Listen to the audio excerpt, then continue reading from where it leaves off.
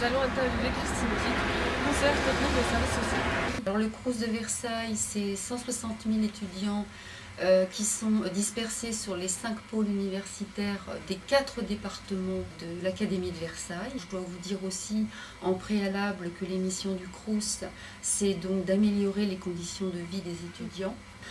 Et ce qui fait que nous, on est un Crous très grand, très éclaté, sur 4 départements, ce qui rend un petit peu difficile notre travail en partenariat avec les partenaires de terrain. Donc on est amené du coup à se déplacer énormément. Voilà pour le Crous. Actuellement, nous avons 10 assistantes sociales. Pour 160 000 étudiants, c'est pour vous dire le manque de moyens dont nous souffrons actuellement et qui ne va certainement pas aller en s'arrangeant. Toujours est-il, c'est que ça nous fait donc un quota d'environ 17 000 étudiants par assistante sociale. Il est évident qu'on ne peut pas les voir tous. Alors il faut savoir qu'au niveau de la précarité, donc, le nombre d'étudiants que nous recevons est stable. Par contre, leurs problèmes se densifient. Leurs problèmes se compliquent et les problématiques sont de plus en plus complexes et sont souvent d'ordre familial.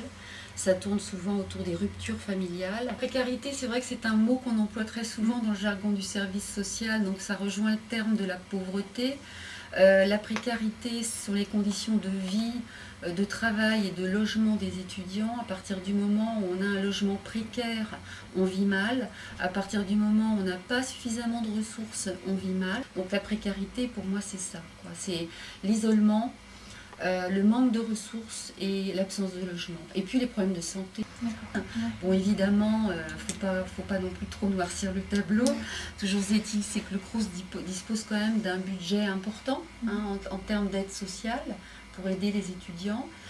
Ceci dit, on ne peut pas aider tout le monde et certains aussi se découragent parce que dans la mesure où on a très peu d'assistantes sociales, nos délais d'attente sont longs et là il y a beaucoup de gens du coup qui ne viennent pas au rendez-vous après parce qu'entre-temps ils ont heureusement pour eux ou on ne sait pas, j'espère trouver une solution. La problématique se pose évidemment souvent aussi en termes, on est obligé d'y revenir, de classe sociale, parce qu'à partir du moment où on vient d'un milieu social favorisé, nous on voit très peu de gens issus de classes sociales favorisées, sauf les étudiants en rupture.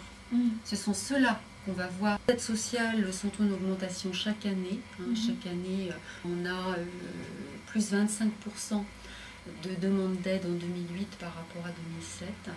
Le budget a augmenté aussi de 16%, parce que comme je vous disais, le nombre d'étudiants reste stable pour nous, mais les difficultés s'amplifiant, on est obligé de les aider un peu plus, ce qui nous dit bien que là il y a un problème de fond qui fait qu'on a des étudiants qui sont vraiment en très grande difficulté.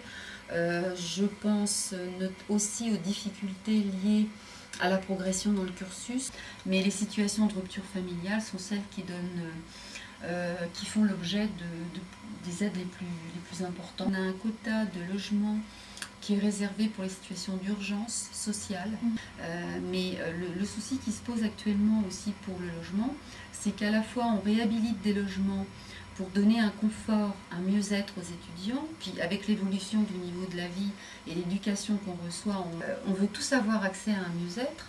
Le souci, c'est que, si vous voulez, c'est un petit peu un cercle vicieux, parce que le montant des bourses n'augmente pas aussi vite que le montant des loyers. On a une réponse possible pour des situations de grande précarité. Alors évidemment, on ne peut pas loger quelqu'un qui n'a rien. Voilà, ça c'est le nœud du problème. C'est-à-dire que la grande précarité sociale, c'est pas nous, ce sont les CHRS, les foyers d'hébergement. Et quand on voit comment sont les foyers d'hébergement, mais bon voilà, c'est pas un endroit pour les étudiants. Alors je sais que certains étudiants finissent par y aller, mais bon, dans la mesure du possible, on relâche tous les gens qu'on peut loger.